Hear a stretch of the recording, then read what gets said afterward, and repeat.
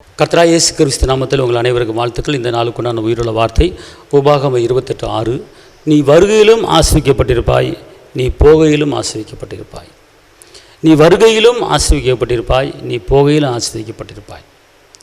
அன்பார்ந்தவர்களே, நம்ம பிரயாணப்பட்டு ஒரு இடத்துக்கு போனால் அது ஆசீர்வாதமான ஒரு பிரயாணமாக இருக்கணும்.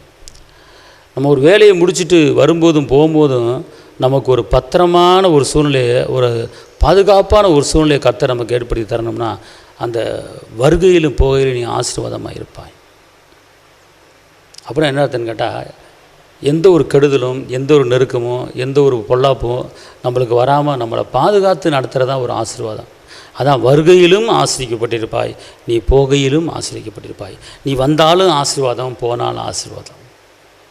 நான் எங்கே போனாலும் ஆசீர்வாதமாக இருப்பேன். ஒரு வேலைக்கு போனாலும் ஆசீர்வாதத்தை கொண்டுட்டு போவேன். திருப்பி வரும்போது ஆசீர்வாதத்தை கொண்டு வருவேன்.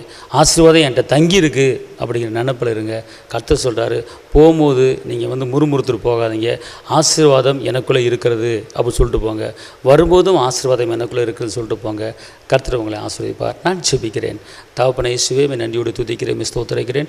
உன்னதரையுமே துதிக்கிறேன், உயர்ந்தவரையுமே துதிக்கிறேன், அற்புதரையுமே துதிக்கிறேன், அதிசயரையுமே துதிக்கிறேன், வெற்றி வேந்தனையுமே துதிக்கிறேன், விடுதலையின் தேவனையுமே துதிக்கிறேன்.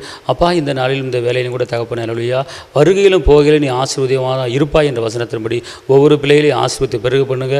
போகும்போது வரும்போது உடைய பாதுகாப்பு கூட இருக்கணும், பலன் கூட இருக்கணும், கிருபை கூட இருக்கணும், அற்புதம் கூட இருக்கணும், அதிசயங்களை காண பண்ணுங்க. இயேசுவின் நாமத்தில் பிதாவே, ஆமென் ஆமென்.